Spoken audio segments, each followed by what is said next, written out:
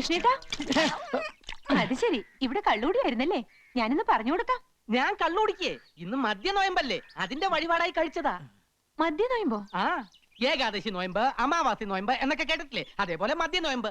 ഇന്ന് മദ്യം കഴിച്ചാ പിതൃക്കൾക്ക് മദ്യശാന്തി കിട്ടുവേ. എന്ത് നോയമ്പായാലും ശരി, ദേ കാവിൽ അമ്മാവിന്റെ ദേഹത്ത് വെളിച്ചം കയറിയിരിക്കണോ? ചേട്ടനെ അന്വേഷിച്ചു. ഈശ്വര, ചതിച്ചോ? ദേ, മുത്തശ്ശിയോടൊന്നും പറഞ്ഞേക്കല്ലോട്ടോ. എനിക്ക് പ്രീ ഡിഗ്രിക്ക് ക്ലാസ് ഉണ്ടാവോ വല്യമ്മാവ? വല്യമ്മാവനല്ല, വല്യച്ഛൻ. നല്ല മാർക്കുണ്ടെങ്കിൽ പിന്നെ മെഡിസിൻ സീറ്റ് കാശ് കൊടുത്ത് ബുക്ക് ചെയ്യണ്ടല്ലോ കരുതിയ. ഇവക്ക് നല്ല മാർക്ക് ഉണ്ടാവോ വല്യച്ഛ? ഉണ്ടാവില്ല എന്ന് മാത്രല്ല, തോൽക്കുകയും ചെയ്യും. ആ, ഇനി എല്ലാവരും ഒന്ന് അനുഗ്രഹം വാങ്ങിക്ക.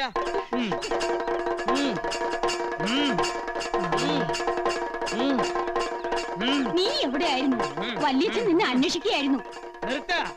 അനുഗ്രഹം വാങ്ങിക്കുക. എന്താ അകന്ന് നിൽക്കണേ? അടുത്ത് വരിക. വല്യച്ഛന് പോകാൻ സമയമില്ലേ? ഇനി അടുത്ത ആഴ്ച വരുമ്പോ അനുഗ്രഹം മേടിക്കാം. കുഞ്ഞിക്കാവിനോട് ഞാൻ പറഞ്ഞില്ലേ ഇവിടെ ചിലത് അനുഷ്ഠാനങ്ങൾ തെറ്റിക്കുന്നുവെന്ന്.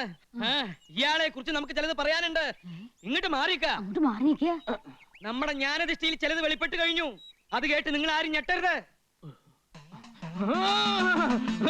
ആരോടൊന്ന് മനസ്സിലായോ? കാലിന്റെ മുടന്ത് കണ്ടില്ലേ? ഇത് ചെറിയച്ഛനാ. എന്റെ ഭദ്രകാളി, ചെറിയച്ഛൻ വല്ലാതെ കോപിച്ചിരിക്കുകയാണല്ലോ. ഇപ്പൊ ഞങ്ങൾ എന്താണാവോ ചെയ്യേണ്ടത്? ജീവിച്ചിരിക്കുമ്പോൾ തന്നെ ഈ വല്യച്ഛൻ എന്റെ ശത്രുവായിരുന്നു. ഇപ്പൊ എന്റെ ആത്മാവ് കുടിയിരിക്കുന്ന എന്റെ കൃഷ്ണനെ തള്ളി പറഞ്ഞാൽ ഞാൻ സഹിക്കില്ല. ഈ വല്യച്ഛൻ ചെറിയച്ഛനോട് മരിച്ചതിന് ശേഷവും പക തീർക്കുകയാണ്. എന്നോട് കളിച്ചാൽ എല്ലാത്തിനെയും ഞാൻ സംഹരിക്കും. ഈ വല്യച്ഛൻ ആരാ സംഹരിക്കാൻ പറഞ്ഞേ? മുത്തശ്ശി, ഞാൻ എവിടെയാണ്?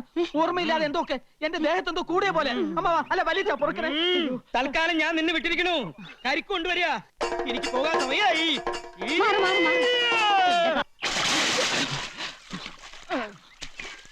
എടാ, നിന്റെ ദേഹത്ത് ചെറിയച്ചൻ കേറി എന്ന് പറയുന്നതിൽ എനിക്ക് സ്വല്പം സംശയമുണ്ട്. അതെന്താ അമ്മാവ അങ്ങനെ പറയണേ?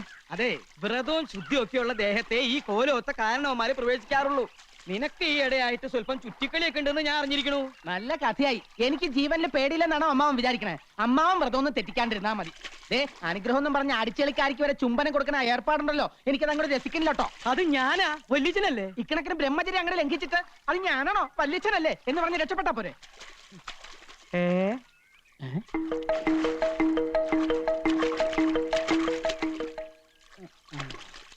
കണ്ടോ, സ്ത്രീകളെ കാണുമ്പോൾ ഈ നോട്ടം തന്നെ ശരിയല്ല. ഞാൻ ആരാണെന്ന് നോക്കിയതാ. അത് ഞാൻ നോക്കി പറഞ്ഞു തരാലോ. നമ്മുടെ അടിച്ചെളിക്കാരി മീനാക്ഷിയാ. യോ, നോക്കി നിന്ന് കൺട്രോളുകളാ ഞാനില്ല. ഞാൻ പോവാണേ. എനിക്ക് നല്ല കൺട്രോൾ ഉണ്ട്. നീ പോയിക്കോ. എനിക്ക് ഇത്തിരി നേരം കൂടെ കുളിക്കണം. മനഃശക്തി വേണടാ, മനഃശക്തി. ഓ, മനഃശക്തി സ്വന്തമായിട്ട് ആനയെ വാങ്ങാനോ കഴിവില്ല. അപ്പൊ പിന്നെ ഉത്സവം കണ്ട് രസിക്കാലോ അല്ലേ? നീ എന്താ ആനാന്ന് പറഞ്ഞോ? അല്ല, അമ്മാവനെ കണ്ട ഒരു ആന ചന്തണ്ടെന്ന് പറഞ്ഞതാ. ഇതൊന്നും അല്ലടാ, ഒരു 10 വർഷത്തിന് ശേഷം നീ എന്നെ കണ്ടിട്ടുണ്ടോ? പിന്നെ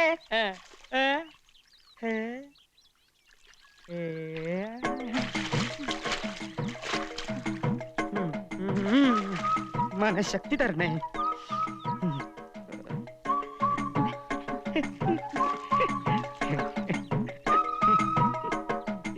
ചിരിച്ചിട്ടൊന്നും കാര്യമില്ല, ബ്രഹ്മചാരിയായി പോയില്ലേ. ഇവളിത് എന്ത് ഭാവിച്ച? ഞാൻ അത്രക്കാരനൊന്നുമല്ല. ഭഗവതി, മനഃശക്തി തരാൻ മറന്നു പോവല്ലേ. നീ മനഃശക്തി ഒന്നില്ലെങ്കിലും ഞാൻ സ്വന്തമായിട്ട് ഇത്തിരി മനഃശക്തി ഉണ്ടാക്കാൻ പോവാ. കിട്ടില്ലോ, കിട്ടി.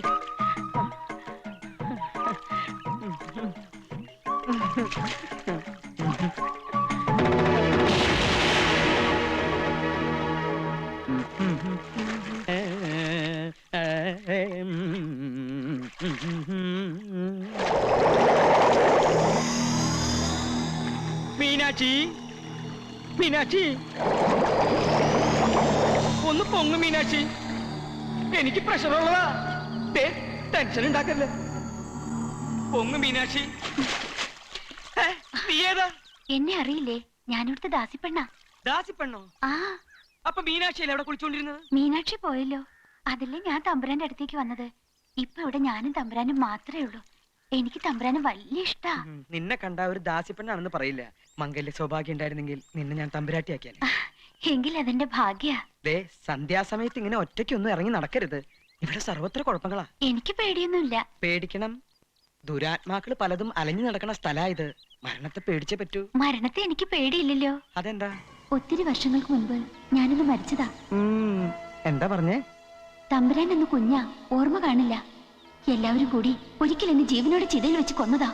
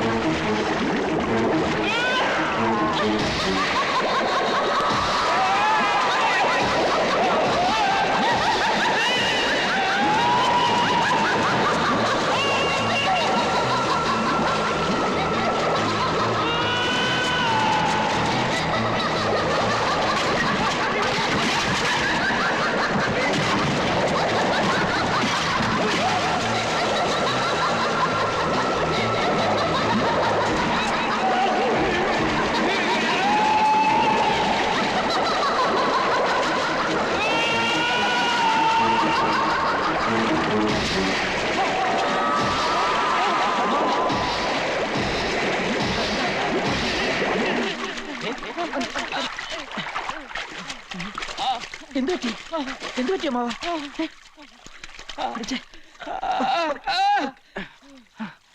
എന്താ എന്താ ഇവിടെ ഒരു ബഹളം? എന്തു പറ്റി എന്റെ രാമന്? അയ്യോ കൃഷ്ണ, എന്താ പറ്റിയേ? എനിക്കൊന്നും അറിയില്ല മുത്തശ്ശി. ഞാൻ കുളി കഴിഞ്ഞ് നേരത്തെ പോയി. പക്ഷെ അമ്മാവൻ കുളിക്കുമ്പോ തൊട്ടപ്പുറത്ത് നിന്ന് ദാസി പെണ്ണുങ്ങൾ കുളിക്കുന്നുണ്ടായിരുന്നു. ഇനി ദുർബല നിമിഷത്തിലെ ബ്രഹ്മചര്യം വല്ലതും. ചതിച്ചോ ഭഗവതി? പണിക്കരെ, ഉടനെ മേപ്പാടുന്ന വരുത്തുക.